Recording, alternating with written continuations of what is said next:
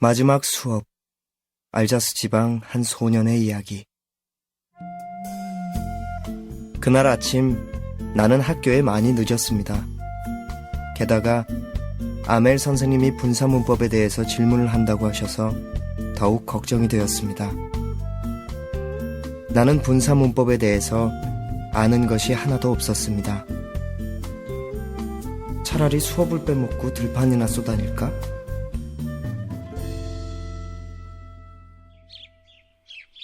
날씨는 너무나 맑고 화창했습니다. 숲에서는 티티새의 지저귀는 소리가, 리페르 목장에서는 프로시아 군인들이 훈련을 받는 소리가 들렸습니다. 이 모든 것이 분사문법 규칙보다 더 내 마음을 끌었습니다. 그렇지만 나는 애써 그 모든 것들을 뿌리치고 학교를 향해 뛰어갔습니다.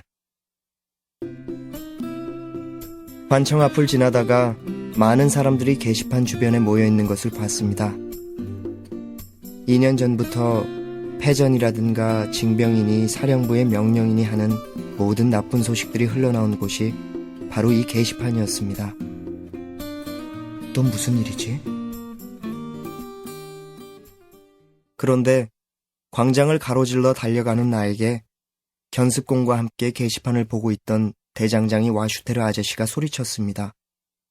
얘야! 그렇게 서두를 건 없다! 어차피 지각하지는 않을 게야! 나는 와슈테르 아저씨가 놀리는 것이라고 생각했습니다. 나는 숨을 헐떡이며 아멜 선생님의 작은 안뜰로 들어섰습니다. 수업이 시작될 때면 쿵쾅거리는 소리, 뚜껑 달린 책상을 여닫는 소리, 좀 더 잘 외우려고 귀를 막고 큰 소리로 책을 반복해 읽는 소리, 조용히 좀 해라 하시며 책상을 탁탁 치는 아멜 선생님의 커다란 자막대 소리가 큰 길까지 들렸습니다. 나는 이런 소란한 틈을 타서 아무도 모르게 내 자리로 들어갈 생각이었습니다. 그런데 그날은 일요일 아침처럼 너무도 조용했습니다. 열린 창문 너머로 제 자리에 앉아있는 친구들과 아멜 선생님이 쇠 막대자를 팔밑에 끼고 왔다 갔다 하시는 것이 보였습니다. 나는 문을 열고 그 지독한 고요 속으로 들어가야만 했습니다. 생각해보세요. 내가 얼마나 겁이 났을런지요. 브란츠, 어서 자리로 돌아가 앉거라. 하마터면 너를 빼놓고 수업을 시작할 뻔했구나. 아멜 선생님은 화도 안 내시고 아주 부드럽게 말씀하셨습니다. 나는 얼른 내 자리로 가서 앉았습니다. 그제서야 두려움이 조금 가시면서 아멜 선생님이 장학사 시찰이 있는 날이나 시상식 같은 때만 입으시는 멋진 푸른색 프로코트에 가늘게 주름 잡힌 가슴 장식을 달고 가장자리에 수가 놓여진 검은 비단 모자를 쓰고 계신 것이 눈에 들어왔습니다. 게다가 교실에는 평소와는 다른 엄숙한 기운이 감돌고 있었습니다. 무엇보다 놀라운 것은 평소에는 비어있는 교실 뒤편 의자에 삼각모를 쓴 오제르 할아버지와 전직 면장님, 우체부 아저씨, 그리고 또 다른 마을 어른들이 우리처럼 조용히 앉아있는 모습이었습니다. 사람들은 모두 슬퍼 보였습니다. 오제르 영감님은 가장자리가 다 해진 낡은 철자법 교본을 무릎 위에 펼쳐놓고 그 위에 커다란 안경을 올려놓고 계셨습니다. 내가 이 모든 것들에 놀라고 있는 동안 아멜 선생님이 교단으로 올라가시더니 아까 나를 맞이할 때의 그 부드럽고 낮은 목소리로 말씀하셨습니다. 여러분, 이것이 내가 여러분과 함께하는 마지막 수업입니다. 알자스와 로렌 지방의 모든 학교는 이제 독일어만을 가르치라는 명령이 베를린에서 내려왔습니다. 새 선생님이 내일 오실 것입니다. 오늘은 여러분들의 마지막 프랑스어 수업입니다. 모두들 열심히 들어주시기 바랍니다. 이 몇 마디 말씀은 내 마음을 마구 흔들어 놓았습니다. 나쁜 사람들 같으니라고. 나는 이제 겨우 쓸 줄 알 뿐인데, 그러면 이제 영원히 프랑스어를 배울 수 없단 말인가? 그저 이 수준에 머물러야 한다는 건가? 나는 그동안 새 동지나 찾아다니고 자르강에서 얼음을 지치며 노느라 빼먹은 수업들과 지나간 시간들이 후회스러웠습니다. 조금 전까지만 해도 그렇게 따분하고 들고 오느라 무겁게 느껴졌던 문법책과 이야기 성경책이 이제는 헤어지기 싫은 오랜 친구처럼 느껴졌습니다. 아멜 선생님에 대해서도 그랬습니다. 뵐 수 없을 것이라고 생각하니 그동안 선생님께 받은 벌도 자막대기로 맞은 일도 기억 속에서 모두 사라지는 것 같았습니다. 가엾은 선생님. 선생님께서 저렇게 멋진 옷을 차려입으신 것은 바로 이 마지막 수업에 경의를 표하기 위해서겠지요. 나는 그제서야 왜 마을 어른들이 교실 뒷자리에 앉아 계시는지 알게 되었습니다. 그분들은 학교에 좀 더 자주 오지 못한 것을 후회하는 것 같았습니다. 또한 그것은 40년 동안 이 학교에서 아이들을 가르쳐 오신 선생님에 대한 감사의 표시이며 이제 사라져가는 조국에 대한 자신들의 의무를 다하려는 뜻이기도 했던 것입니다. 이런 생각에 빠져 있을 때 선생님이 내 이름을 부르셨습니다. 프란츠? 내가 외울 차례인 것입니다. 아주 큰 소리로 명확하게 한 군데도 틀리지 않고 막힘없이 분사 규칙을 외울 수 있다면 얼마나 좋았을까. 그러나 첫 마디부터 뒤죽박죽이었고 나는 가슴 아파하며 감히 고개도 들지 못한 채 자리에 서서 몸만 꼬고 있었습니다. 프란츠, 널 야단치지는 않겠다. 너는 벌써 충분히 벌을 받은 거야. 너 스스로 자신을 나무라고 있을 테니까. 사람들은 늘 이렇게 말한단다. 시간은 많아. 내일 공부하지 뭐. 그런데 봐라. 지금 어떤 일이 벌어지고 있는지. 교육을 내일로 미룬데 우리 알자스에 불행이 있는 거야. 이제 프러시아 사람들은 우리에게 말하겠지. 뭐요? 당신은 프랑스 사람이라면서 어떻게 자기 나라 말을 읽고 쓸 줄도 모른단 말이오.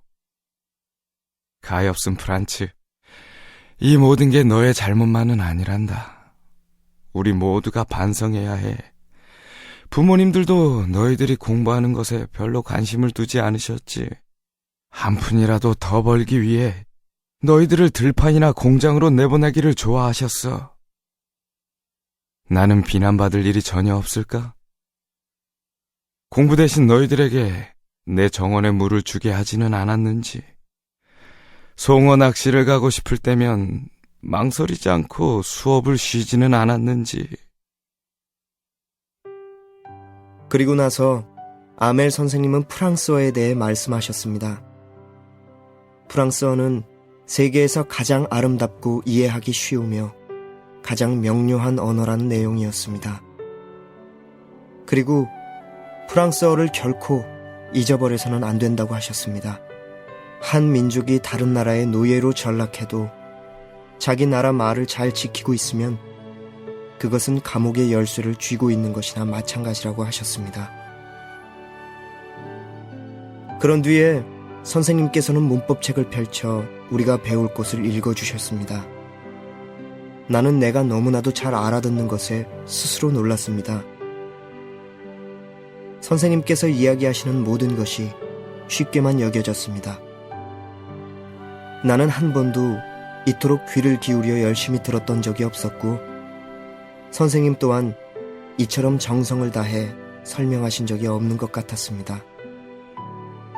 가엾은 선생님께서는 떠나시기 전에 자신이 아는 모든 것을 한꺼번에 우리의 머릿속에 넣어주려고 생각하셨는지도 모릅니다.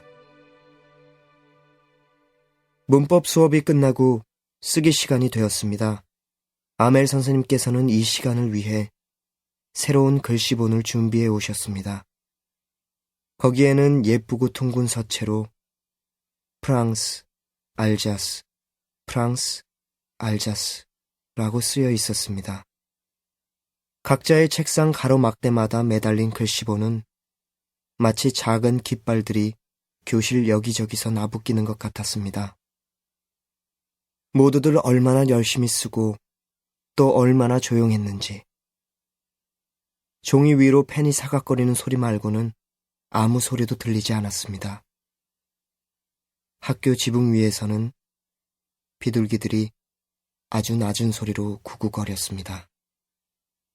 나는 그 비둘기 소리를 들으면서 생각했습니다. 프러시아인들은 저 비둘기에게도 독일어로 노래하라고 명령하지는 않을까? 가끔 책 위로 눈을 들었을 때 아멜 선생님은 교단에서 꼼짝도 하지 않고 주위에 있는 모든 것들을 뚫어지게 바라보고 계셨습니다. 마치 이 조그마한 학교 전체를 선생님 눈 속에 전부 넣어가시기라도 하려는 듯이. 생각해보세요.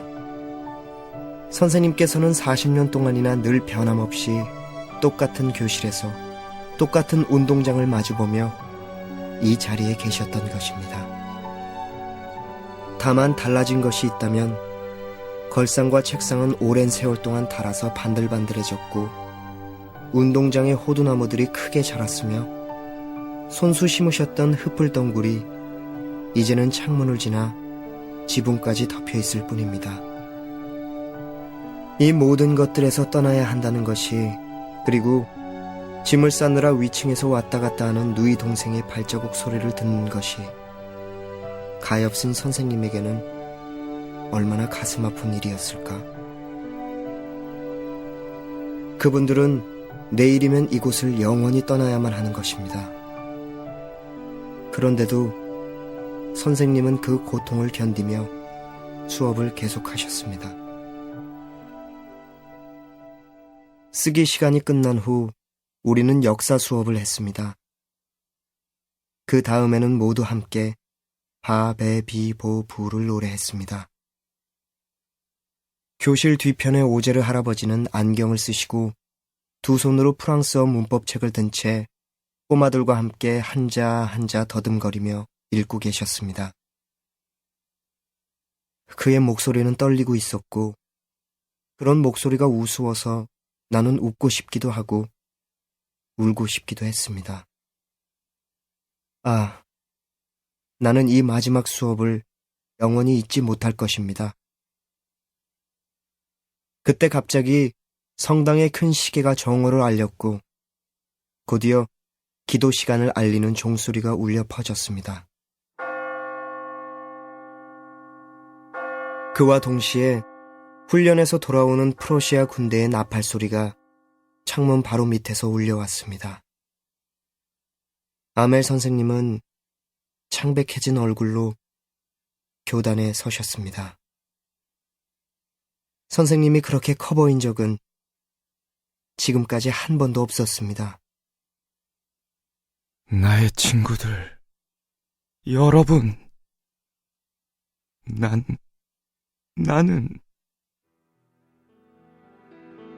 그러나 무엇인가 선생님의 말문을 막히게 했습니다. 결국 선생님은 말을 끝맺지 못하시고는 칠판을 향해 돌아서셨습니다. 분필 한 토막을 집어들고 온 힘을 다해 커다랗게 글씨를 쓰셨습니다.